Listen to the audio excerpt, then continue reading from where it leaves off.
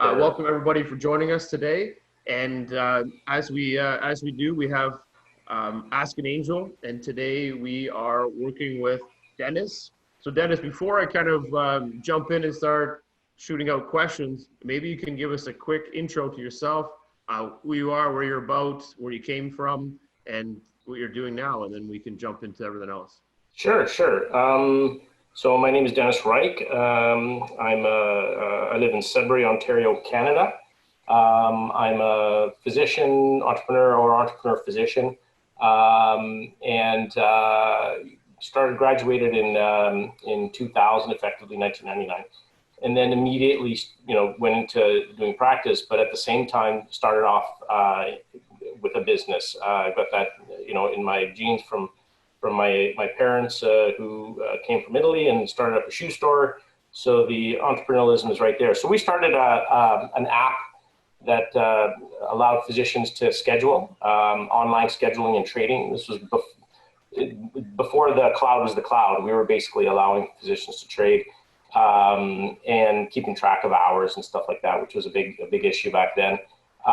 Ended up selling that company 5 years later because we weren't getting the traction that we wanted to, because we were a bit ahead of the curve. And in healthcare, which you learn the hard way, that healthcare is way behind on the curve in terms of implementation of technology. So we basically sold that company, basically paid back all the investors and ourselves. Didn't make a huge amount of money, but we reinvested the money that we did get and started another company with the tech folks that we had. It was called Concept Share. We ended up selling that to Dell Tech a number of years later. And then now we've reinvested again in a company called Time Hero, which is a really cool scheduling and all-around task management, project management software. That's on the direct kind of, what have I done myself in terms of creating companies. And then all throughout that, I acted as an investor in other companies, encouraging entrepreneurs. I act as a mentor in our local regional innovation center here in Sudbury called NORCAT, and eventually culminated to being on the board of the Northern Ontario Angels, which is one of the largest angel groups in the world, actually. In North America in particular, they're first in deal flow and first in the amount that's invested, which is pretty incredible for Northern Ontario Angel Fund. So so I've just always been involved in companies and in helping companies, mentoring companies, giving advice where I can. So it's been a great road, and doing medical stuff in that as well, working with pandemics, H1N1 planning, working with the pandemic planning, the portal. So basically back in the day, and now with COVID assessment centers, we're heavily involved in that. So it's a lot of fun, and I've got a family, 3 kids, and living in balmy Sudbury. It's finally starting to warm up here, so I'm gonna enjoy the summer. That's awesome. You almost forgot about the real job that you had. You were talking so much about the exciting startups, and you're like, oh yeah, and I do run a practice, and but it's interesting that when you get into the startup space, how exciting it gets. You're like, well, we made this company, we sold this, and then, oh yeah, I still do this other job, but man, I really like this startup. Yeah, well, that's why I kind of, I said entrepreneur / physician. I love being a physician. It's great. One of the things that I often tell people is, like, look, being a physician, it allows me to kind of help and be an instrument for kind of positivity in, perhaps 2,000-3,000 people's lives. An entrepreneur, you have the ability to kind of affect change globally. So one of the things I started about 5 years ago was a company called, it was with a partner who had invented a product. It was a polymer resin that absorbs hydrocarbons. So it basically sucks up in water, on the ground, and in the air. So it actually takes ultrafine particulates out of the air. And that's been a challenge, but boy, like if you could take smog out of the air, that's something worth spending a bit of your time on. And that's the kind of stuff that just, although I love, I love medicine, I just get really inspired by business. That's amazing, and that sounds like a pretty cool product as well. They're working on a bunch of stuff in Calgary, Alberta, where They have these big engines that are sucking in air and cleaning it as well and pushing it out the backside and running it through some tanks. It's pretty sick. That's the CO2 absorption. That's incredible. Yeah. That's a hard thing to do. What we would do is we would actually remove the ultrafine particulates that would clog up those fans. Yep. So at some point I will give them a call and say, hey, are you having an issue with this? Because what you want when you're capturing CO2 is you want just the gases. You don't want any ultrafines. When you burn diesel and there's that stuff that you see, that's actually the biggest stuff. The smallest stuff is stuff you can't see. And in fact, some of these engines that the government is kind of, suggesting with the tier 4 and tier 5 engines, it just chops up those little particulates that don't get combusted into CO2 finally, into these small little things that cross the blood-brain barrier and they get into your GI system. They cause strokes, they cause heart attacks and GI upset. So it's a bit of an educational process and on both my front and the government side, but these kinds of things take time. No, for sure. Well, a lot of testing, right? Absolutely. So it sounds like you've got this massive passion for entrepreneurship and as a physician and helping others, which is amazing. So what was the driver that got you into investing? Because it is a little bit different from helping, coaching, or working in your practice. Was it the innovation side? Was it just really I wanted to give back? And is there a story there that really triggered it all? Yeah, I think, what was the first? It probably was the activated. Well, it's been longer than that. At the end of the day, I just get excited about these companies when somebody's telling, yourself, you're telling me earlier the stuff that you're doing. I'm just intrigued. I'm interested, and just by showing interest, by having some ability to kind of converse on a level that's both scientific, business, personal, you tend to get enmeshed in that life. And inevitably, one of the challenges these entrepreneurs have is financing. So it's not a hard jump to go from mentoring to saying, hey, I'll help you out with a little bit of cash, and that'll get you over that hump. And then, we can, take this journey together a little bit. And so it's that's how it happens. You end up just believing in something and wanting to be part of it. That's it in a nutshell. And then you learn, there's no textbook on how to be an angel investor or how to be an investor. You learn usually through the school of hard knocks that, sometimes it's the people that you want to make sure you invest in, not the idea, that they've got the right kind of path to success, that they don't there's some of the challenges I've experienced is people who believe their product is worth more than it is. They got inventoritis. Other people who are way too quick to kind of unload. They basically, you get a little bit of challenge, and then you're like, somebody offers them something, and you're like, they're out. So you don't really capture the real financial benefit at the end. These are all things you learn as a mentor, as an investor, and that comes with experience. A lot of this gray hair in my head is because of that. Like sometimes family suffers a little bit, and you question why you're getting involved in so many things. So at the end of the day, you have to choose how many investments you want to make in a year, how much time you want to dedicate to this kind of stuff, but again, it's if you're passionate about it, it doesn't take as much energy, right? No, for sure. And you mentioned a couple of, a lot of great points there. And one that I kind of will jump back into is you talked about a couple of things that really make the entrepreneur and make the investment worthwhile. And you mentioned that it's about the CEO, and then it's also about making sure there's traction. Are there a few other things that you might look at when you're diving into a business and saying, you know what, if they got the passion, the CEO's online, and they've got the innovation, I'm in? Or is there something a little bit more to it? Yeah, I think I'd probably add to that, the market. So you want to make sure that the person, the idea, and the market are all kind of synergistically moving in the right direction.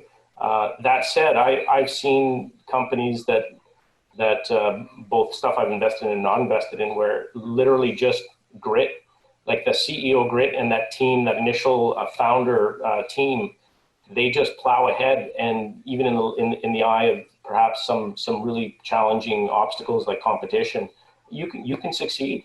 And so like, although sometimes, you know, these other things like market and the idea matter, what matters the most is the people or the person that's going to drive this forward. So gentle probing, sometimes it's some of the questions like, where do you see yourself in a year? Where do you see yourself in 5 years? You know, if they're telling you that they want to buy a massive yacht in 2 years, you know, you might gently walk out the door and say goodbye. But you know, if they're realistic and they realize that how much time it's going to take, sometimes that's a challenge too. It's like they think, no, I'm just gonna, you know, I'm gonna do this 2 days a week and then I'm good. That's just not enough. You know, it's a dedication that you see just by interacting, right? You ask those questions. So do I look at a balance sheet and kind of make sure? No, they know angel investing is not about that. You know, I've seen people who pretend to be angel investors and treat it like a VC or you know, maybe a Series B or later type of thing where they're looking at all these numbers and you're like, what are you doing? That's not angel investing, right?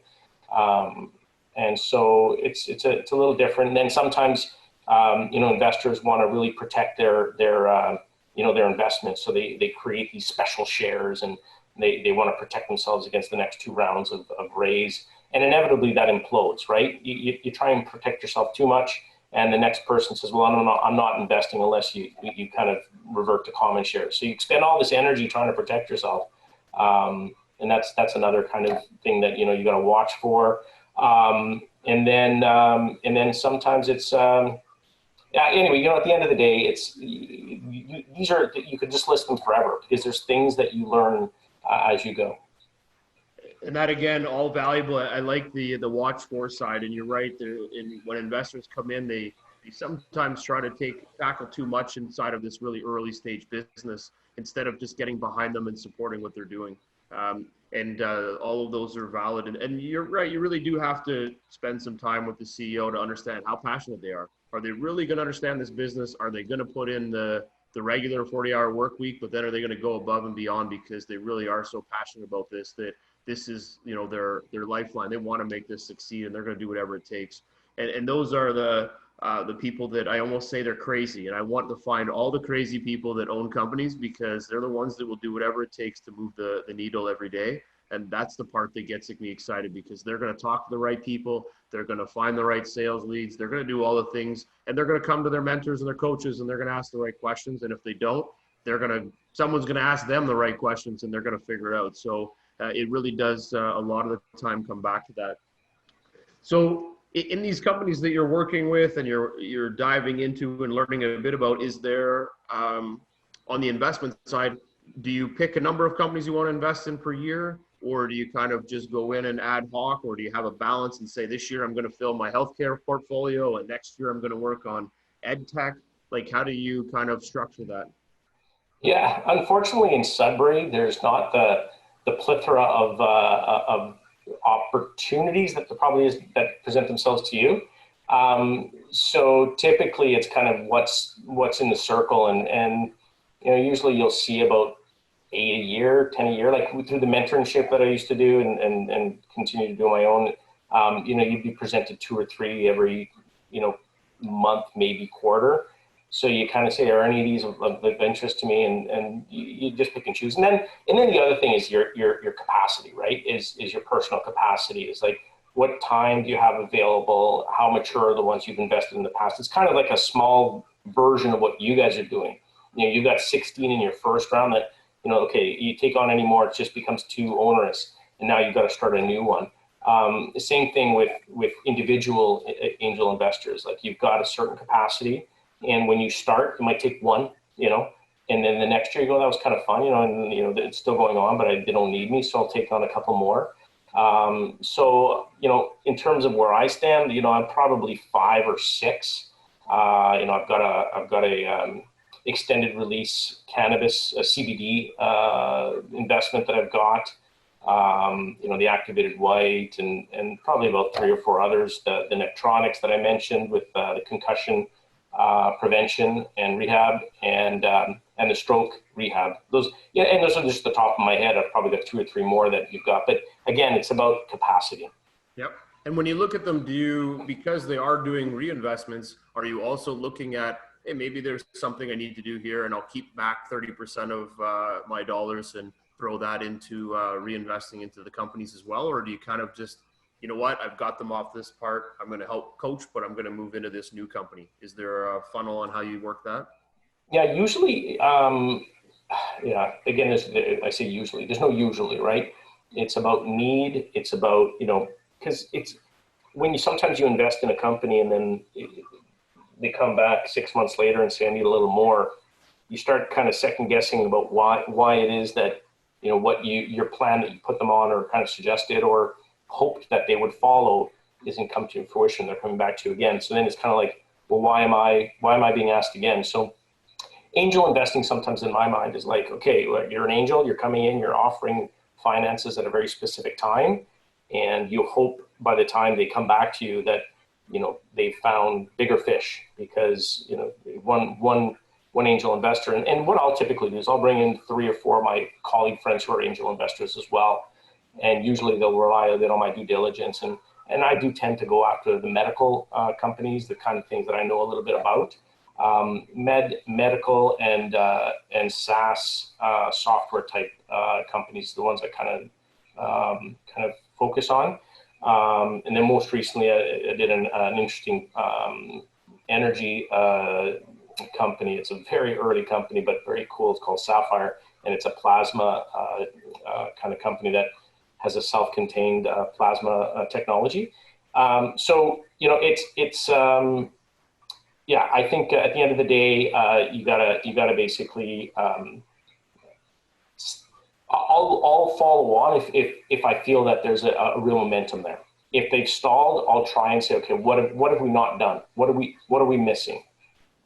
So it sounds like in this process, when you're diving into this early company and figuring out, I made an investment, I'm figuring out how to help them, I may do a reinvestment or not. So you're working with them and you're trying to be as close to them as possible. So is there, in that next stage of investment, you're all in, is there certain things you look for in the DD side that you want? Is it on the paperwork side? Is it different terms? You don't like certain vehicles that they might want to go in on? Like, are there certain things that you try to shape yourself just to make sure that it's comfort for both sides? Because you're coming from a different angle, right? You've been a startup before and you've started companies, so you kind of know the right thing and the wrong things that you want to stick away from. And some of those startups may not know that. So do you really try to take a hold of that and really help them, guide them through that? Again, it's the maturity of the company. Another company I invested in is called Bear Technologies, that got some technology from Germany, and it's an IIoT play. Early on, I had colleagues that said, your model, because if you're going to go try and attack the IIoT in the mining sector, you can't go after a per ping licensing model. Like you can't ask a mine to pay for the product once they've installed it. Mines tend to feel like I bought the asset, I control it. And so, they took the advice. Did they follow it? Not necessarily, but, when the traction wasn't really coming, you're kind of like, well, all you can do is advise, right? And what's happened now is they've gone on and taken on massive investment, right? So the due diligence was on a broader sector. For example, IIoT within centers of cities like Toronto, for example, right? So now you can start doing things like building monitoring and parking stuff. So it's like it almost happens on its own.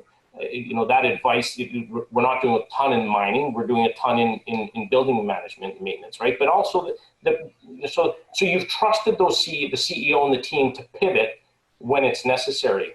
And so all you can do is advise. Otherwise you may as well take on the hat and be a director or be one of the C-level suite kind of folks that work for the company. If you become too emotionally involved on that level, you burn out way too fast. So when you invest in an angel, you kind of hope, because not all of them are going to turn out to be winners. And the ratios, right? How many you have to invest in before you get a return.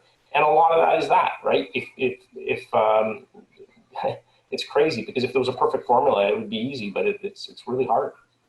No, it very much is. And the closer you get, the more passionate you get, and the more you probably want to, shake your head and think, man, it seems so easy out here. Oh, it's hard.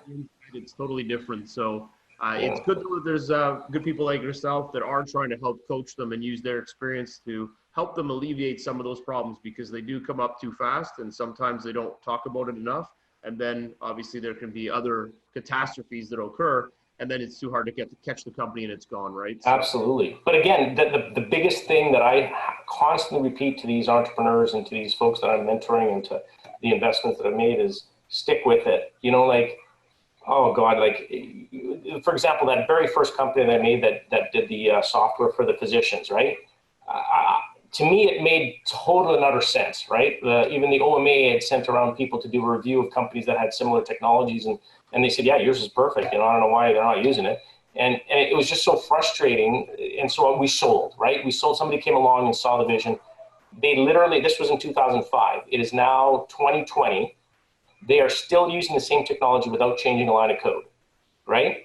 And they've been milking it and not a ton of sales activities in it. Like they just kept on building slow clients, and now it's long in the tooth, right? New technologies are coming in. But it really made me realize, like, okay, hang on. Sometimes, you know, you're just a little early to kind of give up on something, and it takes time. And most entrepreneurs do tend to be in that front end of the curve, right? That's why they're entrepreneurs. So sometimes you got to be patient and make sure you don't burn out that financing and that capital too quickly, right? You got to really build out the product, choose when you're going to market it, choose how you're going to market it, and be smart about stuff like that. No, I like that. Those are all good, like for the burnout and the capital and managing your deal flow, or sorry, managing your burn rate, like just trying to balance everything out, but still being able to knock off product development. And I think the biggest piece that I have, that I push with startups all the time is that you can build the best car, the best boat, the best house, the best everything. But if you can't figure out a way to sell it, you're never going to get rid of it. And you're going to be stuck with that piece that you thought was the best because you didn't have a client that was backing you from the beginning. So you really got to take that understanding, get it out to market right away, and just take a piece of it. It doesn't have to be the whole thing, and just test it and test it again and get 10 more clients and test it with them. And I heard today with, I had a pitch that was from, was it Estonia or Russia? I can't remember which one because talking with different ones. And they said, our first 5 clients, we sold them lifetime membership into their product. And I was like, oh, never heard that before. That sounds weird. But they paid for it up in advance. So they ended up getting their first clients, and their first clients paid for $500,000 into their thing, into their platform, but they can use it forever. And I was like, well, that's kind of fascinating because as that company grows, it's going to cost you a lot of money. But right now, you need that money, and that's helping you grow. So I was like, as much as I think that's odd, I'm like, that's actually not a bad deal. You know, that said, kudos to them, because how you find a big company that's willing to pay up front for a product when it's just starting is it's hard. It's hard, you know, right? So well, it's solving a big problem for them. So it's got to be enough of a problem that they're solving that they're willing to part with that to help that company stay in business, right? Perfect. Yeah. Did you invest in them? We just chatted today. It was our first time. So. Give me their name later. Just here we go, but it's still pretty fascinating. So absolutely. So now you've kind of gone through the DD. You're learning more about this company. You're really enthralled in everything they're doing. You're helping support. Do you lead rounds? Do you try to help lead rounds, or do you kind of just participate with the groups that you're in to help these companies move forward? No, I'll lead rounds. I'll try and bring in a bunch of investors. I've done that probably 3 times in the last 10 years. You know, the problem with leading rounds is you're leveraging your credibility, right? And your people are coming in sometimes large amounts. And yeah, they're asking you questions. So you always have to say, look, do your own due diligence and stuff like that. But at the end of the day, a lot of the people that do come in after you they get to know you, they trust you. And so it's almost like now it's like some of that pressure has come off the CEO or the marketing team, right? Or not the marketing, the founders. And yeah, so I'll do that. It's not something I love. I'd much rather be a follower and jump on somebody else's work. But yeah, I'll do that now and then. That's interesting you say that, because the stress of making this investment and then you're investing in everything to do with this company and you're hoping that other people see what you see. and the stress of hoping that everybody does follow along or jumps in as a lead, it is always very tough. But I've also learned that I saw this maybe 2 years ago in a video, and it was Arnold Schwarzenegger, and it was Fluffy, the comedian. And he said, I went to this Comic-Con just to meet him. And he's got a big lineup to meet Arnold Schwarzenegger. So he's like, I'm waiting in line, and this guy's seeing thousands of people. And he's like, I don't know how he does it, but he has this calm demeanor, and he's having a conversation with everybody. And I was like, wow, that's pretty cool. He's like, all he did is a handler right behind him. And the handler would basically be counting seconds. And he would be like, okay, the conversation's done. And he'd just tap Arnold on the shoulder. And Arnold would be like, hey, it was amazing to meet you. Shake his hand. And the guy would move on. And he's like, I thought that was amazing. Like, he never felt anything bad. He just cut the conversation off, reach out to my specialist or do this. But he had all the right lines, and that person always felt comfortable. So I kind of look at investing in the same space as that I have to move on from the investment. I'm going to support them all the way, but I got to know in my mind that I made the right choice. I got behind them, and I can't stop from that. I'm on to the next thing, but that was the right choice, and I got to get people to get behind me on that choice, and then I've got to move on. So I can't get back and fall on the thing and say, oh, I shouldn't have done that. You really have to go with the punches and just keep rolling along. I like that a lot, Jeff, and it really makes me think about process and how having a good process takes away a lot of the fatigue and a lot of the unnecessary energy. So the things that you find as OPM that works, making sure that that becomes part of your process, having that person behind you tapping on the shoulder and going, okay, it's time to move on. You're like, okay, got it. So you're allowed to do what you're good at and allow that process to kind of drive the time element of it all, which is kind of cool. Yeah, and it does. It really helps, and it takes a lot of your head, so you don't have to stress about everything. So too much of that we don't need. So makes me think of Time Hero. Did you look at that yet? I've written it down, and I keep pushing the calendar. So tomorrow is my open day, so I'm going to look at it. There tomorrow. You go. Time Hero doesn't let you push things ahead. It does it for you. Oh, that's right. I'm teasing. It's good. Have a look. I'm going to, because we have a product that I think might fit nicely into that. So on the investment side, and we just briefly touched to it, do you have any specific terms you like preferred shares, common shares? Are you okay with safes? Or do you just kind of go with the flow at that point in time, as long as you've got a good investment cap amount or whatnot, you're okay, and you'll just take whatever those are because you know it's going to convert? Yeah, like I just did a safe with that energy company, and it's at a 20% discount to the next round because they just need to get things fired up again. Sometimes it's about what makes the most sense in terms of time, sometimes in terms of money. Some of these investment vehicles can be expensive. You got to get an entire legal firm behind it. I'm fine with commons. Prefers tends unless there's a real mature model there. Some of these preferred shares tend to, as I mentioned earlier, tend to complicate future rounds and stuff like that. And everybody always wants to look under the hood. And if you're like, no, we're all common right now. So each case is unique, and so you try and structure it in the best way and the quickest way possible. No, that's perfect.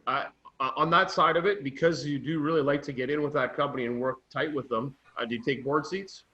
I do, yeah. I will take board seats. And again, sometimes that means, you're committing time, right? And so you have to choose when you're doing it. But I'll take board seats. Like I'm on the board of MedX, which is a publicly traded company, right? And I love that. These guys are doing scanning of moles for melanoma, utilizing 5 different wavelengths of light. So they're looking under the skin 2 millimeters. And they just did a deal in Brazil, some good stuff coming. And giving them so that would be more of an advisory board role, that one. But yeah, no, I'll take board seats if it makes sense. Yeah. No, that's awesome. Is there, while you're kind of, choosing between all these different ways to invest, vehicles that if you're going to be part of the board or advisors, is there a piece where you say, you know what, it's not about the money. There's some other things I can do to help you guys. And I don't know if that's introductions or getting them in front of bigger consortiums. You're in the medical field, so will you bring their product in and test it? Like, are there other things that you can really go above and beyond with, and you bring that extra value to the startups you work with? Yeah, no, absolutely. Like, I'll advise, especially on the medical side, I think that's the biggest thing. Like, I'm finding that healthcare is a bit backwards. Like, everybody always comes in, patients come in and they're like, so can you pull up my lab result that I had done, last week from another doctor? I'm like, no, like, not. Like, everybody expects everything to be connected today. And, after 15 years of, Canada Health Infoway, where they're spending $1 billion a year on connectedness, right? We're just starting to see kind of the benefits of this massive investment. So one of the things and I don't want to be negative to people who really want to make a change in healthcare, but you always see those startups like, I'm going to make an EMR, a medical record that everybody uses, right? Or I'm going to put it on this little card that people will carry around with them, or I'll do this and that. Like Google tried it as well, right? And they're the biggest company in the world. Like, this is not something that, so you can be entrepreneurial minded, but you're not going to climb Mount Kilimanjaro tomorrow, right? Like, start off with something smaller. So sometimes the advice is about, okay, let's take a breather, let's stop, let's really figure out what resources you have available to you, how hard it is to penetrate some of these markets. And it's not, I don't find it's being negative. I find it's more being realistic, right? And then letting them run, because sometimes even though you give them that advice, they're still going to do what they're going to do. I don't choose to invest, obviously, right? But so sometimes it's about deflating the balloon a little bit. Sometimes it's about giving a little bit of a realistic nudge in a certain direction. And then letting people make their own decisions. So sometimes not bad advice, the negative or the more realistic advice of this isn't a good idea is more of a help than cash or time or anything. It's a really, and again, it's one person's advice, right? But, and you always hear about these people that he said it wouldn't work and, look what I did. And or she said it wouldn't work and look what I did. Great if they can prove me wrong, but that's why, we're older and we have more experience and why you have to listen to mentors, right? Well, if it takes 12 touch points to close somebody on buying your product, maybe you need to take 12 points of jabbing them with little hints and information to get them to convert into your model. So that might be a way to get them to move over. But sometimes everybody has their own passions and you can feed it and they can morph it. And hopefully they do morph it, because a lot of the times it's too direct and maybe they don't see that they're going to fail because they assume everybody wants what they have. And right. They realize that the take on that is 1,000 times harder, and people all have egos. So you kind of have to figure out how to work with everybody to get into that space, right? Exactly right. Yeah. So in the markets right now, we're all going through COVID. It's been a real crazy last 3 months, and it seems to be not settling down in any way. Have you seen a change in the investment vehicles of people on your side, more in the north, I guess, and even around here? Are you finding that yourself has shifted? You're pulling back on investments, or are you saying, you know what, there's some great opportunities, we'll just keep plowing forward? Yeah, I think it'd be interesting to know everybody's experience on that one, but my own experience is that it's like stalled, right? Like nobody knows what the markets are going to do. I'm amazed at the tenacity or the way that the markets have been able to hold on to what's occurring. And yet I'm still cautious. Like, I'm very, very cautious because it's risky. It's right now, the global economy, everything's happening in the States, COVID. And yet in the last, I'd say 3 weeks, Jeff, I've seen things starting to move again. And I don't know what the sentiment is. I don't know when that decision is made to say, okay, I'm good to invest, but I'm feeling it too now. I'm feeling more optimistic, and I'm opening up dialogues about investing again. So it's an interesting thing. Like, if a economist would probably have some insights that might say why this happens, but I'm still shocked at the state of the economy in terms of the markets themselves and how they just are resistant to any kind of downward pressure at all. It makes no sense to me, but here we are with the market still moving. For sure. There was one big bang, and then the next day everybody was like, what happened? It's gone. Oh, Yeah, exactly. And That's then the rest exactly of the market's kind of slowed for a little bit, and you're right. Everybody's kind of the pace has really changed. As soon as they opened up the storefronts, the pace just started to pick back up, and the city's hustling and booming again.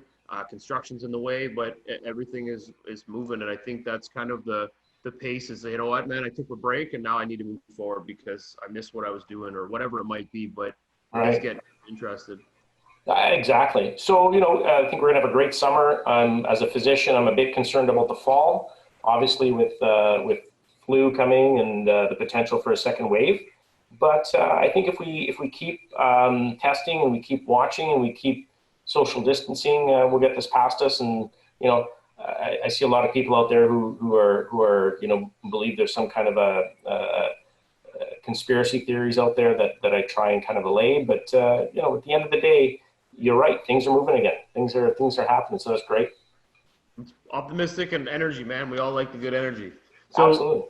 We're kind of getting down to our last couple of questions. So before we jump into the crystal ball, the question that I want to throw at you, if you take all the companies that you've invested in, all the companies you've worked with, is there an underlying one or two items or things that really stand out to you that you would want everybody, every entrepreneur to know that, write this on your wall, envision it, live it, breathe it, push it. This is the thing that's going to help you be successful. Is there something that you can kind of denote as one of those top three things or one thing that you might want to share with the audience? In terms of life lessons, I'd say grit. So that's the tenacity, the belief in yourself, the get up in the morning and get stuff done. Talk to people. Don't let tissue paper stop you. You know what I mean? If it's that grit, right? And then probably on a broader level, things like reading a lot, broadening your horizons, understanding people.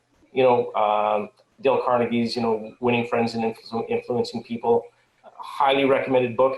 As an entrepreneur, when you meet people, when you meet mentors, make sure you say to them, what book really inspired you? You know what I mean?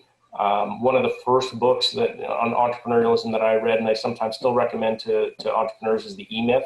These are classics from, and I'm sure you could probably name 5 or 6 as well. It's just about learning. So never stop being curious, having grit, and asking lots of questions. Those are three top ones I'd probably throw out there. I like that. 100%. Ask a lot of questions. They showed that in statistic-wise that when you're going through school, the school system is created to funnel you down to be good at one thing, not two, one. And while you're funneling down to learn that, your abilities to ask questions shift. So you go from asking a lot of questions as a kid to asking very few questions. So that by the time you leave university, you're a marketer or you are a business person and your question ability has shifted. So what happens is that your creativity levels drop dramatically. So because you can't envision yourself in other areas because your focus went to one area. That's right. With that creativity level going and your questioning, it slows down so much. So they try to say that, people that are in arts tend to have more questions because they're more broad and they're open to do that. So I think in a way, if you can get people to always think that I got to ask questions about everything. If something doesn't make sense, ask questions, talk about it, do everything you can, because that's what's really important for you, not to build a company, but to associate, communicate, and all of those things, ask questions. And that's what creates change. Because that's when exactly you ask a question you don't get an answer to, you're going to be like, I'm fixing this because this doesn't make sense. That's exactly right. That's exactly right. Perfect. Love it, love it, love it. That's exactly a big philosophy, and it sounds like it reflects back from what you're saying. Exactly right. Yeah. For sure. So now we got to go into the grit, the real dirty stuff here. But I want to hear a really cool story of a startup or business that you were part of, something that you want to leave as an awesome story that came from nothing to something big that was really exciting, that you think that if someone heard, they're going to be like, that's amazing. Oh God. Put you on the spot because I always love an amazing story. So I'm kind of like, I gotta find an amazing story here. Could be your first investment. It could be your first company. It could be anything. Um, there's a few that I think of, and my tendency is always go to the ones that didn't work. You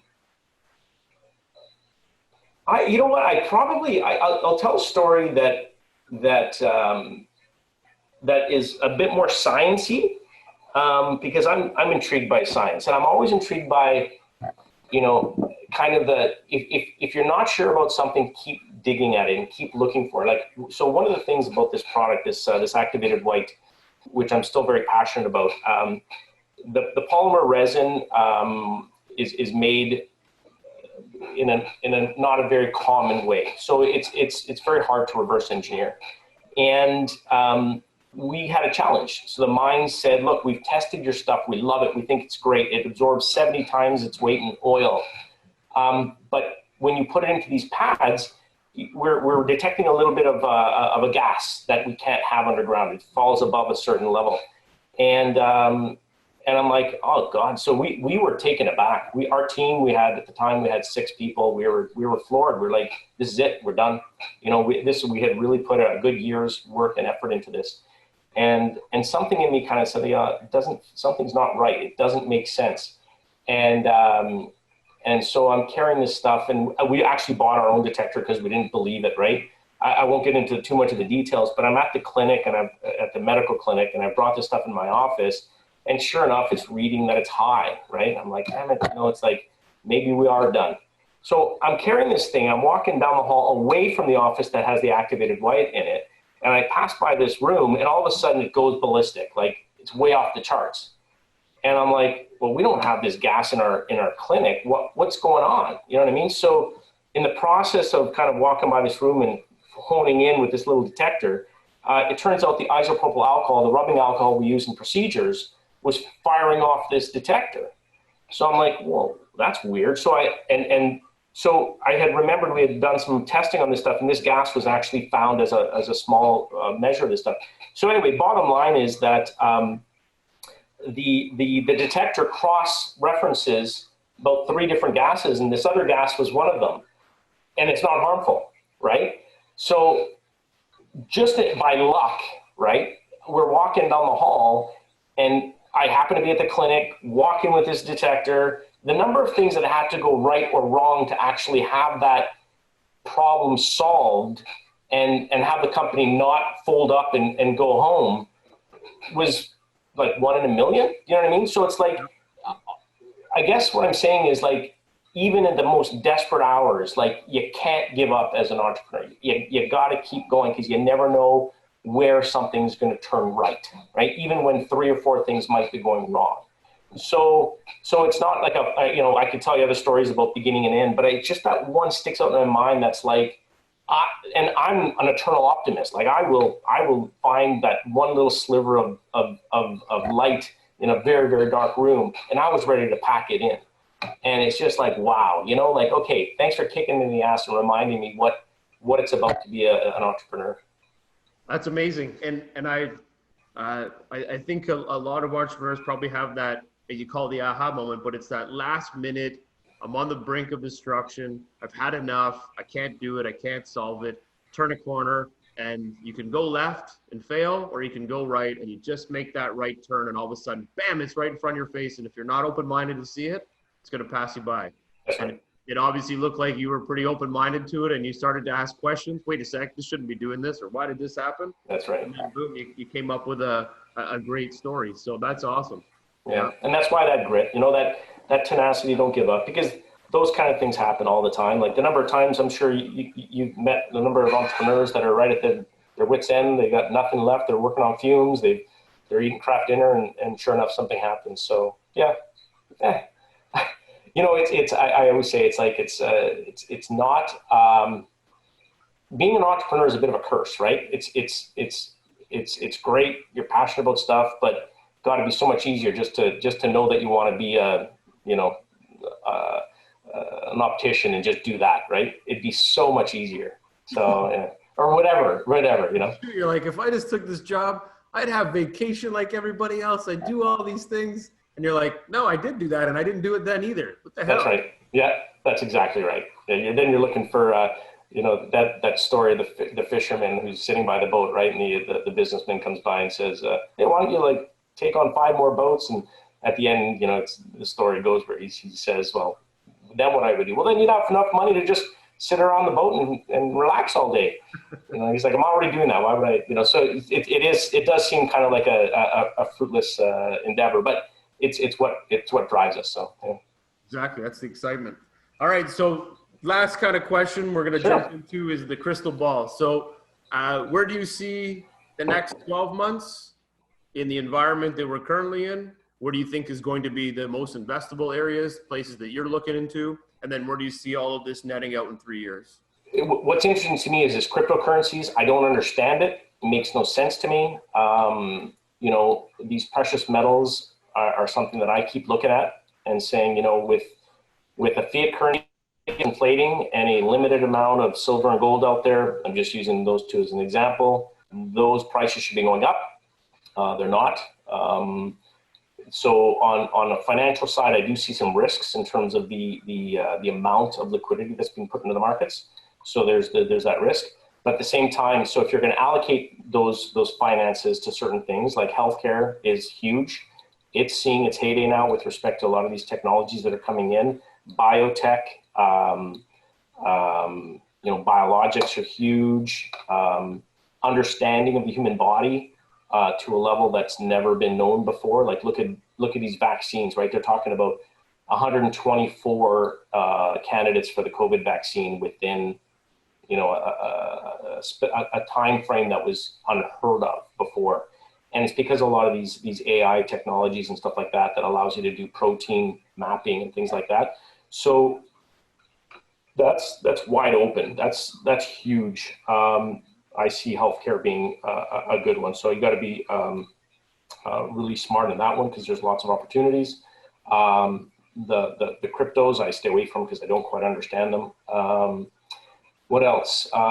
Energy is going to be huge, solar and wind, but also some of these new low energy nuclear reaction type things where we're starting to get a better understanding of well, Pons and Fleischmann was, you know, a while ago and you know, they were kind of discredited in a sense, but there's been a slow trickle of companies and people that have been still working with it and are finding some pretty cool, you know, not over parity, but kind of energy generating kind of cool things. So I find that interesting. That's more the 3 to 5 year route.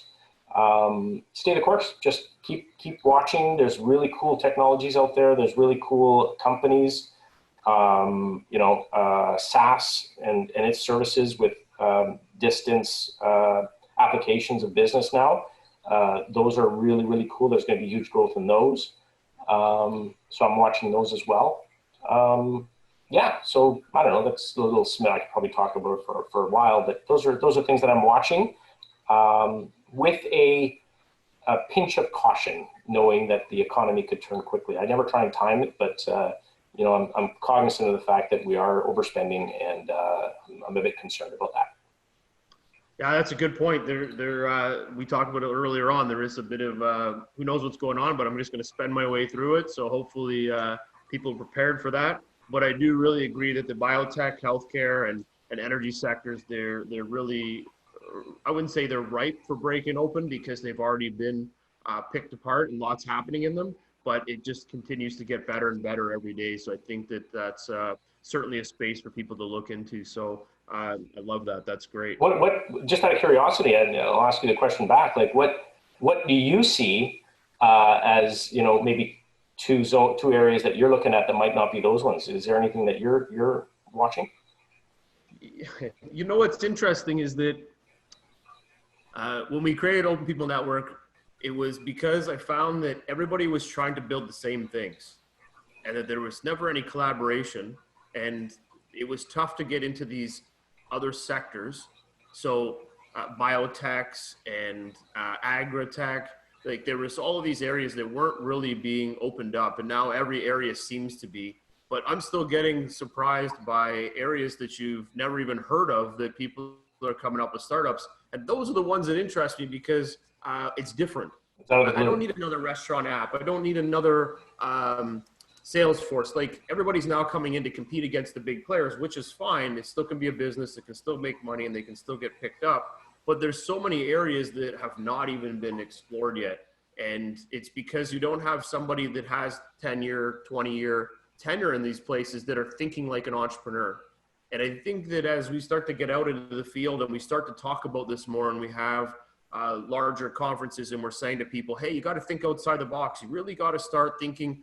And I say this to when I'm teaching a class, I'll say to the students, I'll say, you know, like, one of the things that we do is, this was years ago that would happen, but when you looked at Loblaws, it's a big, massive ship. But inside of it are small businesses running under one umbrella. And those businesses aren't all running efficiently or effectively. So you could pull one out and rebuild it. So what if we create a delivery system and it would be pick up at store? It doesn't happen, but I'm in a condo building and I'm going to flyer the hell out of this. And I'm going to tell everybody that I'm going to do all their groceries and I'm going to bring them in on a truck and drop them off and put it in their place. And that's how I'm going to start my business. And by the time I'm done in 3 years, I'm going to have every condo in the next 25 kilometers and I'm going to be doing everybody's groceries. Well, Loblaws is going to say, we don't have that. So they're going to want to buy you because they have a small portion and they're delivering sporadically all over, but they don't have the impact that you do. So you have to try to train your mind to say that I've got something and I can rip out apart. But as an entrepreneur, I don't always think like that, because if you're not one, you're just thinking business. Every day I do X, Y, Z and I'm done. Well, right. How about you think about that little problem that you think is nothing you just solved might be a little problem for everybody. Right. And if you're in biomechanics or you're as a physician, that little thing you may not think of, just a little snip. And if you had this built onto those clampers, you could have changed the world, but you don't think of it because you just made a little duct tape change. Well, that actually could have been the most innovative change that surgeons needed. But because your brain isn't trained to think that way, you oversee a million opportunities. And I think the world just needs to take a step back, ask more questions, and start to think more of, what little thing that I just do differently today could I turn into a business? And I think you're going to see a lot more people starting to do that. And there's a great podcast that was done by, oh my God, on the spot, now I'm going to forget the name, but basically they say that the whole world, people have been creating problems, and during COVID, they'll spend more time sitting at home solving little problems that they've been doing forever. They'll build some duct tape mechanism and they'll never turn it into anything outside of that, but that could be $1 billion product. And then they go in and they say, you know, the first mountain bike, they didn't just start building mountain bikes. It was a bike, and somebody said in BC, this isn't working right. So he created the bike and he said, man, this is terrible. And he put some shocks on it, and then he changed the seat. And then all of a sudden people are like, I want one of those.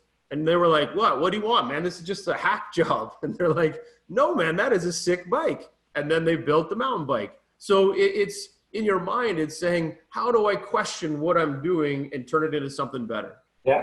And a lot of the time people just don't have the equipment to do it. And how do we get people more equipped to think that way? That's fascinating. And it's how do we, when they don't have the ability to do it themselves, right? So for example, there's a really cool little, I never invested in it, but it was this lady who used to work in gardens all the time, and used to clip buds and do different things. She always had these things on her fingers. So she actually developed these little things you put on your fingers and it just clips. And it's such a simple little thing. And it did well. Like she's doing really, really well. Obviously getting some copycats now and stuff like that, but you're right. And so is there a way that a company like OPN, because there's the ideas, but then the people, right? And sometimes you've got a great idea, but the wrong person. So I don't know if there's going to be a technology that bridges that gap where it's like, okay, you got a great idea, but you know what? You're going to have to do this to let that idea go because you're just not the right person. So that's fascinating. I hear you. So, and that's been happening all the time, right? It's just now that people have time and are perhaps jobless, they might be able to capitalize on those things. I like it. Yeah, big time. And it does happen more because, and it could be just a job you've been doing for 20 years and you didn't realize that the efficiency you built into that job role Yep. could actually change the role for thousands of people around the world. because you don't look at it that way. You just looked at it that you were doing a job. Yep. And, you say to the students, like you're working in retail, and you'll say that someone returned a clothing item, you took it back and you threw it back here. And I was like, and they would say, oh, I hate my job. And I said, well, why do you hate your job? Well, because all I do is take a return, throw it in a bucket, and I leave, and I just don't like this. I said, well, why don't you think of ways to be innovative? Like, find something that makes it more efficient. Well, what do you mean? Well, I said, well, maybe you can scan the tag, and maybe you can do this, and maybe build this in. And then their brain starts thinking, yeah, I never thought of that. Well, it's because you're taking everything as a job, and you're not taking it as, how can I innovate this job and make it better? And how can I make it speedy, faster, and maybe that'll make more money for someone? And that was my whole mindset. Every job I went into, I would always go in and question it. I'd be like, well, why am I doing it this way? Let's do it this way. Yeah. And they would all get mad at me. Don't change process. This is wrong. And I'd be like, no, but what you're doing is ass backwards. Yeah. There's a theory that entrepreneurs are slightly lazy too. So they're always looking to cut corners and figure out better ways, right? Yep. So I would concur, and I feel that every day as well. Like, there's got to be a better way. And it's probably one of the reasons I don't do medicine all the time, because it is probably one of the most inefficient things I've ever been part of. Yeah. But you're exactly right. And finding those better ways and questioning is key. So coming back to the thing we said earlier, is question. Never stop being curious, never stop asking questions. No, not at all. And I 100%, 1000% agree to that, man. And I consume probably, I don't even know, 8 to 12, 15 hours of content a day. I just cannot handle not taking in content to learn, because if I'm going to help a startup, I got to know every angle somehow, somewhere. And I question everything. And I question the startup. I don't care what they have to say. I'm like, this is how you think it's going to work? What about this, and this? And they're just like, shit. And because my brain just runs so fast and it just can't handle inefficiencies. I want to do something once right. Yeah. Not 7 times. Yeah. So I think in time, people are going to start to think that there's a more effective way to do something, but it always happens when they're enthralled in something. But how do you do it so that it just happens to make sense everywhere I am? Why am I stopping at this light when there's no cars miles away? Why can't I just flow through? The system should know this. And you start to question it, and maybe you say, you know what, I could build a sensor that would actually work with, I did put this together, a license plate. We all have license plates. You put a unique identifier and it connects to the lights. Now that traps all the information. So as I'm driving, it's notifying the street all the way up, a mile away, knows where I'm going based on my app, and it's already telling me that there's only 4 cars coming. The light changes to accommodate me going through. Now you've got throughput for traffic. All of this is done because you got a tag on your license plate. Boom, we all have them. Every car has one all around the world. And now you've got a way to control and manage traffic flow. So it's really just questioning everything that's running and saying, I can make this work so much easier if I did X, or I went in. And now you got the egos you got to fight against, but at the end of the day, you can still create something and move forward. So 100%. Anyways, Dennis, that was awesome, man. I know I'm not going to get to really dive into stuff and talk, but this is brilliant. I love it. Awesome. Good conversation. We should just do this every week in a podcast. I love it. We'll just make sure we have a beer or something with us. And Exactly. Awesome. Jeff, thank you again. And I do look forward to chatting with you more on some of these other things as well. I really, regardless of what happens with Time Hero, there's all of this thing, right? Because you know stuff about the stuff you've invested in. And so it comes across sometimes cheesy because you mention it, because it's like you're just mentioning it because you're invested. No, I'm mentioning it because I really do think it's really cool, right? Yep. So I do want to sit in on that meeting and just get your feedback on that, because when you see inefficiencies, one of the things, for example, the reason I really liked it and the reason I invested in it originally was I came back. I lived in the British Virgin Islands for 4 years. From 2010 to 2014, I just sold my clinic, sold my house, my kids, and we just took off and just said, let's have a midlife retirement, and so we did. We went there, had a great time. My brother lives there. He's a chartered accountant and acts as a director for offshore companies. And so his kids are the same age as my kids. They went to school together. It was fantastic. But I went, and when I got back, I expected that Scotiabank, who I was with, would be, my visa had expired, and I just kind of said, okay, well, can you emailed my banker and said, can you send me a new visa? and didn't get a response, thinking, that's weird. But anyway, a month went by, and I'm like, I got bills to pay. My visa's expired. What's going on? So I fire off another email, no response. And long story short, 3 months later, the patient died, no visa. They keep saying it's been sent. They had the wrong address. Blah, blah.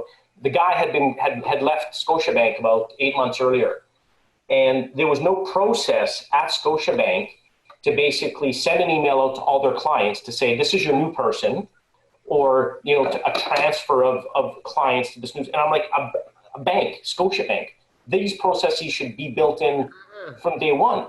So because I was so angry, I switched. And to this day, I'm with TD. They lost a really good customer because they didn't have good processes, right? And the guy that was my banker ended up moving to a different department, and I was back doing what it was before. And he's like, John, I'd love to have you back. I'm like, dude, now I'm committed and this, and this kind of stuff. But Time Hero and the software is effectively just that. It's like, there's a triggering event, somebody moves. The next event is everyone that's in this client list gets emailed the thing. It's part of the process, right? New customer, new person takes his place.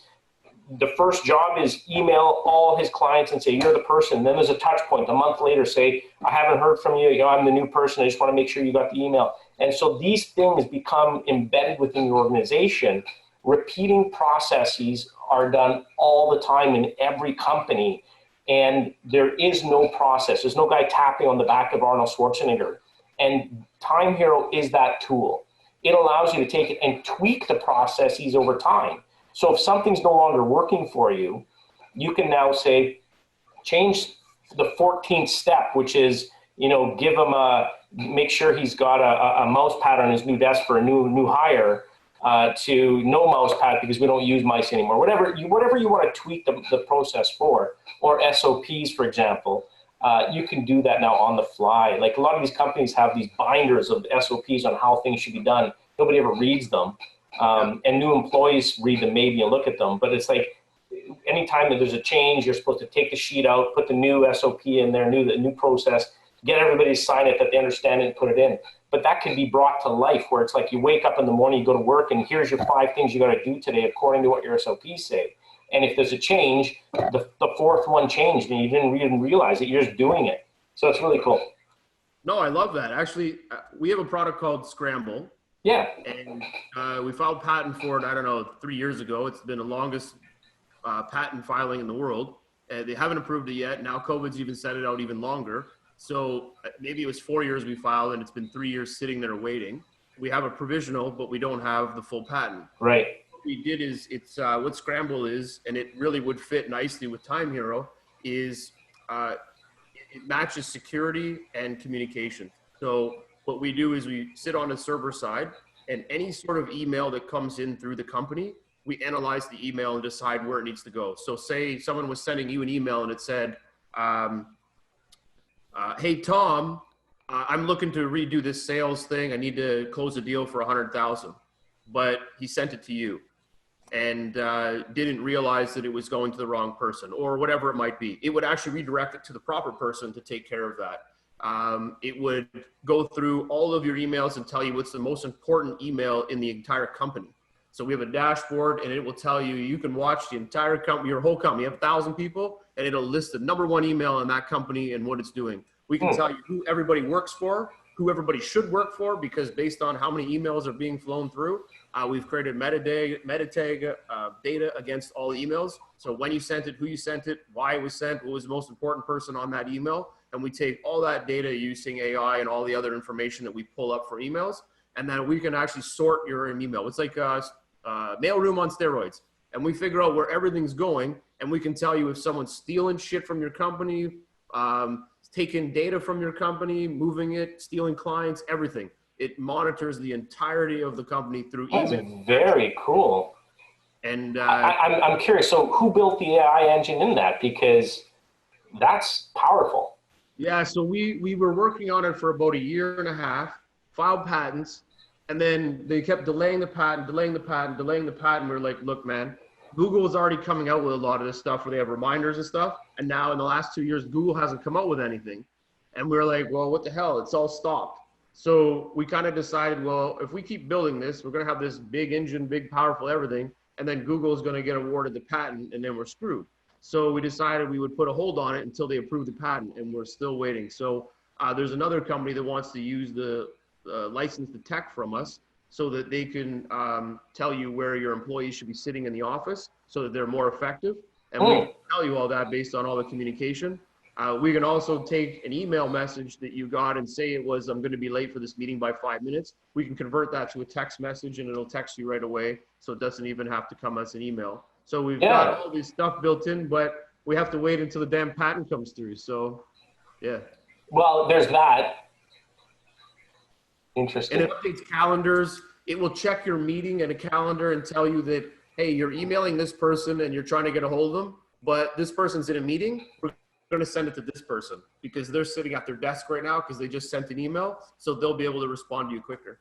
Yeah. Have you had anybody query your patent? Like, in other words, has it gone out to kind of people that, like, so it's in provisional. Yep. So presumably it is available. People can read it. Yeah, you can read it. Yeah, it's the only reason why I'm telling you about it, because I'm like, yeah, I'll share it. But well, it's just that it's like, and because during that time that it's in provision, if people have problems with it, they can query the patent office and say, no, I have a problem with this because my patent is taking it up. But nobody's challenged it at all, eh? No. So that's interesting. And you know, the other challenge, because the thing is, you could go out and sell it, but that takes time and energy, right? So it's like, we just shelved everything and we just been waiting. So I kind of, the reason why we came up with this is because we ended up having a bad instance with an employee, and I was sitting in my car and I was so furious that someone was stealing our clients, screwing us over, and they worked in my organization. So I was like, how can I fix this? And then everybody was like, oh, you can't do this with email. It's owned by this. I'm like, bullshit. Why Google does it every day. Screwed. I own a company and the employee's more powerful in my company than I am. I'm like, this is ridiculous. I own the data. I own the domain. I own the information. Why can I not monitor and regulate what's going through here? If they're stealing data and they're pilfering clients and I don't know this, that's ridiculous. Yeah. And they're doing it through my email, which I own. So I started to think, how can we holistically change this and better understand what's going on in our networks and be able to figure that out. So that's where we started to build it out. It's still got lots of work, but the point is that you can understand the envision of the product. It's kind of like right now you have in the US, there was a company that was bought by Google, and they basically took your home cameras and front door cameras and everything, and they networked them all together so that when there was a crime going on, they could picture pattern this whole event that was going on. Oh, cool. Where everybody was moving to, and the criminals down the street here, they just broke into this house, they did this, they did that. And all you had to do is say that you would allow your camera to have access to that photo during this window time. And if someone was in that area, they could scope and take that picture. So obviously cool tech, right? Yeah. And it's in the same thing you're doing with this email pattern. I wanted to be able to build a case. So if someone did X, Y, and Z, it would auto-generate a case. And now I could take that to HR and say, this person is not doing shit. Right. You hired a salesperson, they've sent 2 emails in 2 weeks. Fire that person. Yeah. Like, it would be enough information that it would allow you to build a case without having to worry about legal and everything else. Love it. So it would actually work very well with Time Hero because, yeah, you know, are you doing a demo tomorrow? No,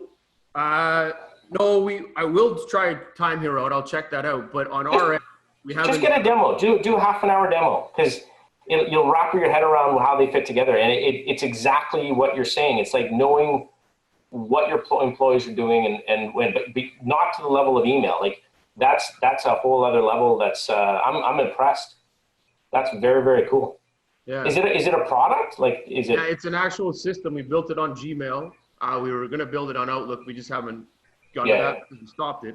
But it was built in because we run our businesses off of Gmail backend. So that's why we tied it into that. So, and again, we've just been sitting on it. So I think that there's obviously a lot of value and merit to it, but it's now deciding what can we do with it? Should we do anything with it? And this other company, when they pitched me, I was like, shit, you guys should use this and tie it in your business.